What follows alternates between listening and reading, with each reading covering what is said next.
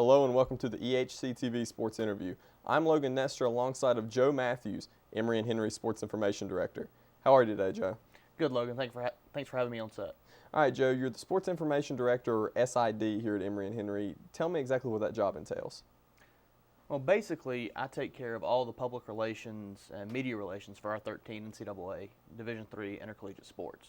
So anything from stats, game stories, feature pieces, the football game program, and probably most importantly and most time-consuming is GoWasp.com. All right, that sounds like a big job for one man. A lot of places just have one person for the website or one person to do stats. How do you find the time in a week to get all of those things done? Now, one of the biggest things that's made me successful here at Emory and Henry is my student staff that come from the Mass Communications Department and also interns from the Physical Education Department. All right, and Joe, you were talking about updating GoWasp.com. What kind of things are you responsible for putting on the website? Well, after each game or match, we'll always write a recap about how our teams did. Which will go along with a story photo with that. The official statistics are updated on that as well. And sometimes we'll do some photo galleries and some feature pieces about some things that are happening on campus or involving our athletic department. All right, and you're also responsible for keeping the live stats of the games, and those go up on the website, and you also do the cumulative stats for the end of the season. So you've seen more WASP's athletic events than anyone over the last 2 to 3 years. Is that something that you enjoy? Oh yeah, that's one of the biggest reasons that you get into this job. I get paid to watch sports with one of the best seats in the house. So if you don't like sports, you're definitely in the wrong field if you're trying to do this. If you're probably not very good with math, you're not you're in the wrong field. And if you don't type very fast, you're also not in the right field there. All right, and you said that you like to get paid to watch sports, but before that you had to go to college and get ready for this. What kind of degree and preparation does it take to become a sports information director? Well, I started off as an athletic training major. And after my sophomore year at Lenoir-Rhyne, I realized that the athletic training really wasn't where my passion was, but my passion did lie in sports. So I changed to sport management and got a minor in communications. And that led into being a graduate assistant in the sports information office at Lenoir-Rhyne. And while I was doing that, I got a master's in business administration as well. So as soon as you changed to sports management, did you know it was to be a sports information director, or was it just anything in the sports management field? I knew I wanted to work in college athletics, and I've known that for forever, I suppose. And just as soon as I changed my major, my advisor, who had been a sports information director, along with a college PR guy and that kind of thing, he said, well, you need to talk to our SID. You know him, obviously, but you need to see if he wants some help. I think this is where your job is gonna lie.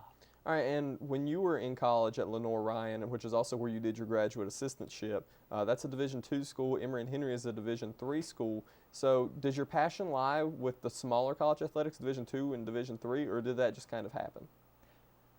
I think it just kind of happened. I think my passion more lies with liberal arts colleges, and I know President Shrum will like to hear that. But I just like to see the small class size and being able to get to know the student athletes a whole lot better than, say, I was an assistant sports information director at Virginia Tech or somewhere like that with 30,000 students, and you basically see the student athletes more as an asset instead of a human being who's really working hard to promote the college in their own light. All right, and like we were talking about before, you go to almost every sporting event. Mm-hmm. So talk to me a little bit about how the spring athletic teams are doing. You see that as well as anyone. Sure. As always, some teams aren't doing as well as they would like, and some teams are doing better than they're expected. I don't think we can say enough about our softball team right now. Picked to finish next to last and missed the tournament, and they're doing very well. Some great performances by returning players and some very impressive freshman players as well. Our women's tennis team is on pace to make the ODAC tournament for the first time since 2009. They play Sweetbriar tomorrow, and basically it's a win and get in for both teams, which is really exciting for that team as well.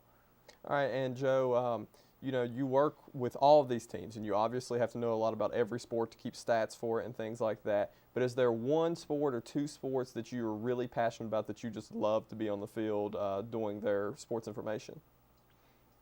I really don't think so. I think that's what makes me feel like I do a really good job. Is that the great thing about being at a small college is that yes, I have 13 sports that I have to take care of all by myself, but there's always something different going on. Once you get through the middle of basketball season and it's like, okay, we've had basketball every Wednesday and every Saturday for 2 months now. I'm ready for a change. And then, okay, now we've got a 40-game baseball schedule and a 40-game softball schedule and 17 men's tennis matches, 17 women's tennis matches. There's always something different going on, and the fall is exactly the same way. All right, and Joe, just one more question before we go. We work together with sports information a lot, and one time you were telling me a story about when you came for your interview at Emory and Henry, and you said that as soon as you got on campus, you said, wow, I want to work here. Can you take me through that story again and what it was about this campus? Sure. At that point, my full-time job wasn't in sports information or college athletics, and was just looking to get back into to working in college athletics full-time. Had really never heard of Emory and Henry until I saw the job posting, did my research. It sounded like the kind of place that I wanted to be and wanted to spend some time.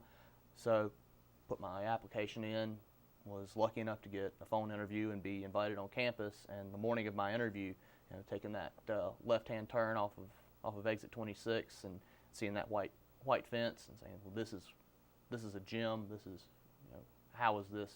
How does everybody not know about this place? I'm going to work here. And I was lucky enough to have a great interview, and it was, it's definitely been a great 3 years, and it doesn't feel like it's been 3 years either. All right, Joe, thanks for being here, and I know everyone's always glad to hear about people who didn't go to Emory and Henry who are that passionate about the college. So once again, thanks for being here, and thanks for all that you do for the Sports Information Department. But now we'll send it over to Austin Bunn with the Sports Update.